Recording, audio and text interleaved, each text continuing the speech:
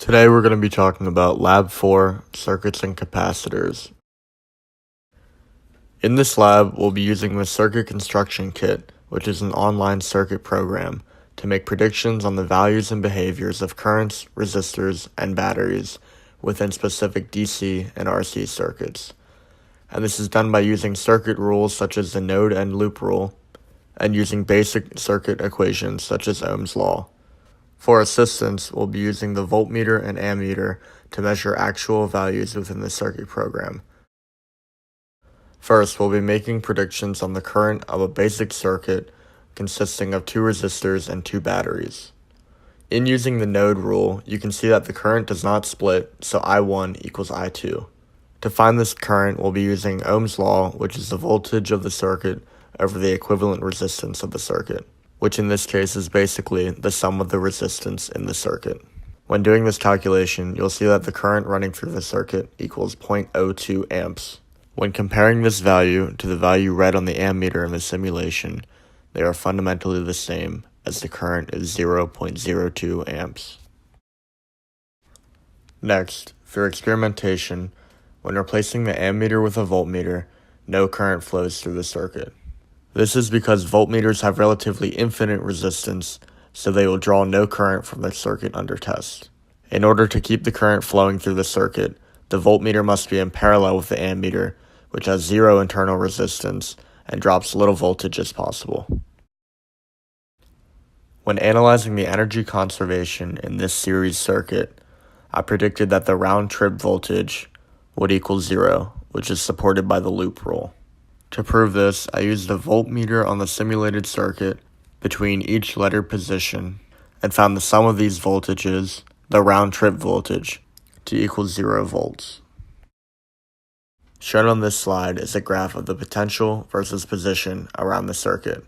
As you can see, moving across the batteries from A to B, the voltage increases to 3 volts.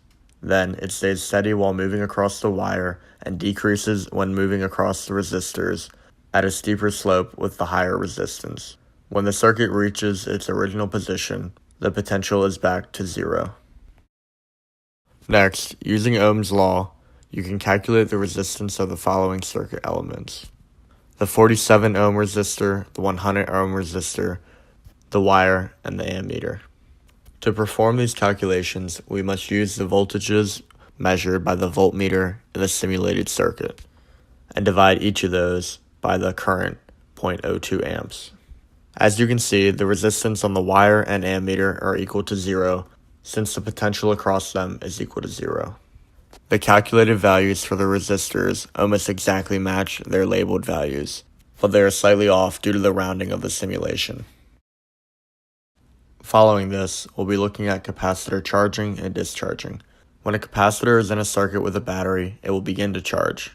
As it charges, its voltage increases and the current across the circuit decreases. Thus, the voltage across the resistor decreases. Therefore, the light bulb, or the resistor, gets dimmer as time goes on, since the current going through it is getting smaller. Next, the RC value is the time constant of the circuit, which means it's the time it takes the voltage difference to drop 1 over E of its original value when charging or discharging. The actual value in the circuit, the resistance times the capacitance, is equal to 6 seconds.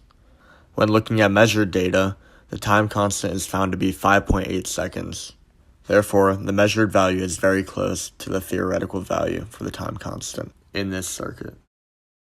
When performing this lab in real life, the role of an ammeter will be slightly different, since ammeters in real life do not have 0 internal resistance. Since this is unobtainable, the ammeter will have a resistance that will draw voltage from the circuit, thus lowering the overall current running through the circuit.